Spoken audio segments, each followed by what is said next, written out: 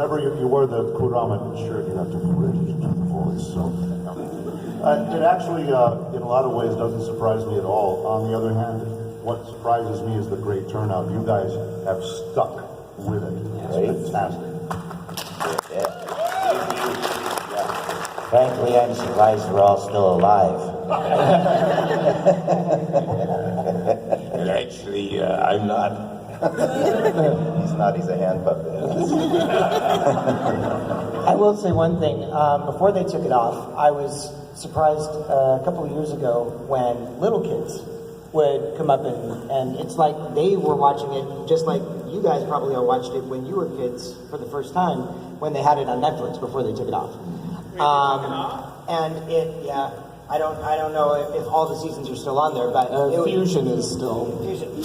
It's like what? But it was really cool when it was on there because it brought up a whole new generation of kids that were watching Digimon for the first time, and I think that's also helped with its staying power too. Also, just to say to the quality, she's not here today, but Mary Elizabeth McGlynn, a great voice actor in her own right, but she continues to be one of the best voiceover directors that I've ever had, and she made season 3 happen. She was absolutely phenomenal, so give it up for her.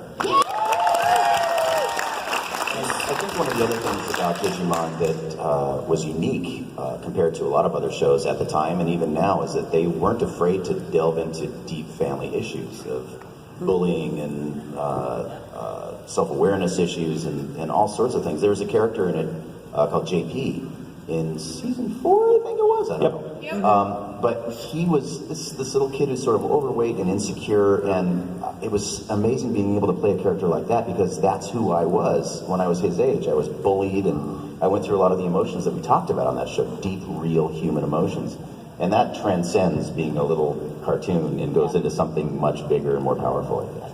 For sure. And now a couple of viewers are involved in the new Try project. I know Colleen is. I heard Paul and Beau are too for the next movie.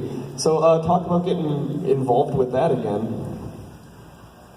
For me, it was kind of crazy. I didn't know the Try world existed. I was at a convention in New Zealand like 3 or 4 years ago, and someone came up to me and was like, "Are you going to be in the Digimon Try thing?" And I was like, yes.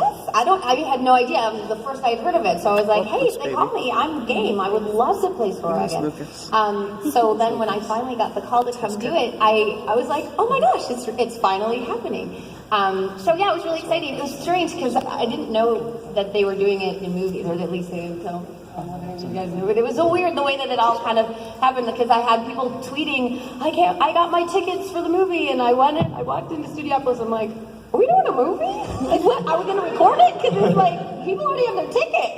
They're like, oh yeah, we're like squishing it all together. Oh, I did a movie.